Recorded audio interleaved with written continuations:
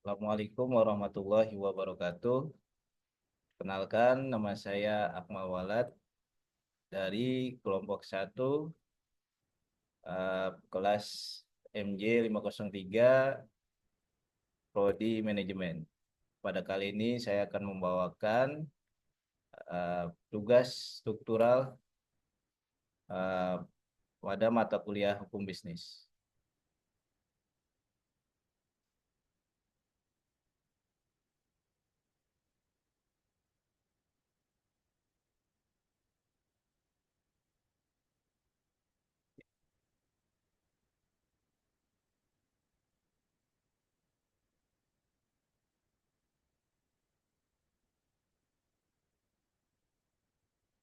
Baik, di tugas struktural ini saya mengangkat tema tentang tantangan bisnis online dan aspek hukumnya melalui studi kasus TikTok Shop, perkembangan atau ancaman bagi UMKM.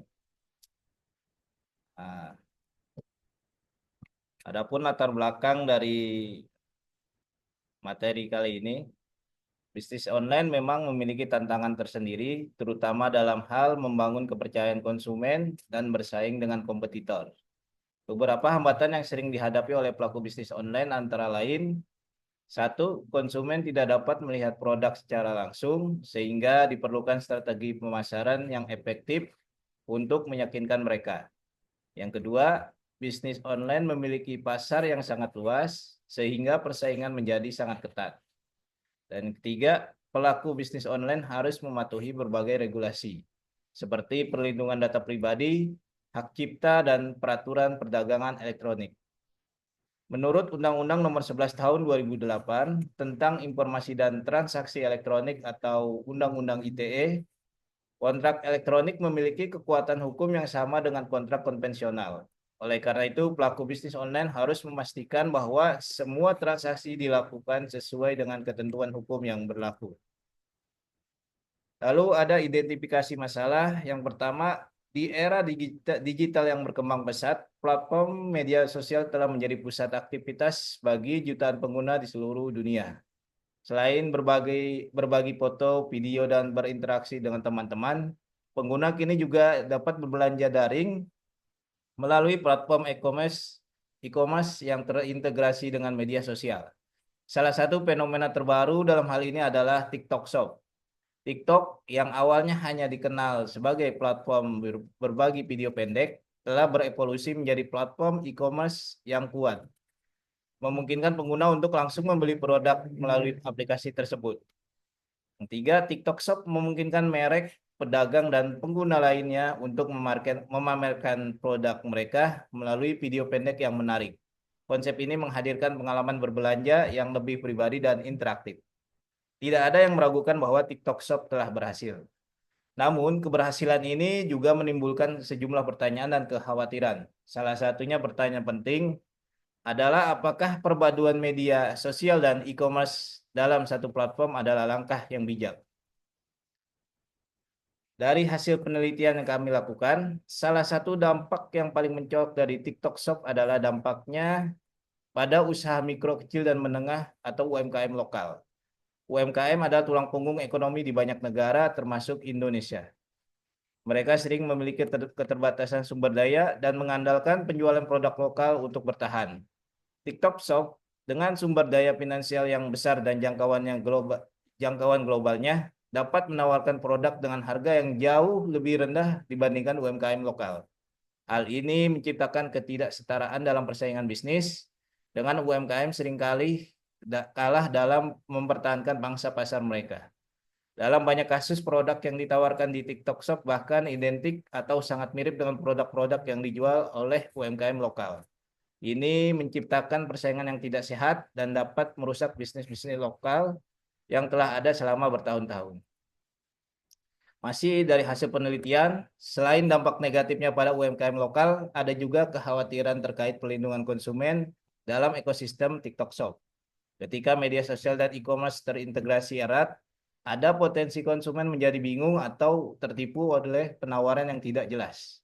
Dalam beberapa kasus, influencer atau pengguna TikTok dengan banyak pengikut dapat mempromosikan produk tanpa memberikan informasi yang memadai tentang kualitas dan keaslian produk tersebut.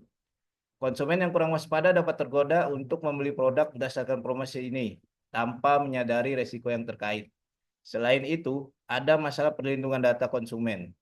TikTok sebagai platform media sosial memiliki akses ke banyak data pribadi pengguna mereka. Ketika data itu terhubung dengan aktivitas berbelanja di TikTok Shop, ada potensi penyalahgunaan data pribadi, termasuk penggunaan data untuk mengarahkan iklan yang tidak diinginkan atau bahkan penipuan.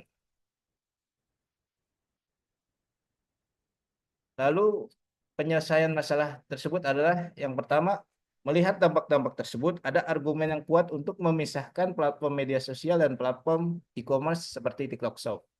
Meskipun pemisahan antara platform media sosial dan platform e-commerce memiliki manfaat yang jelas, juga ada tantangan. Salah satu tantangan utama adalah bagaimana mengimplementasikan pemisahan ini tanpa mengganggu pengalaman pengguna. Lalu perlu dibuat regulasi yang jelas dan penegakan hukum yang ketat. Ini diperlukan untuk mencegah praktik-praktik yang tidak etis atau ilegal di platform e-commerce. Pengaturan harus mencakup hal-hal seperti pelindungan data, perizinan usaha, dan peraturan perdagangan elektronik.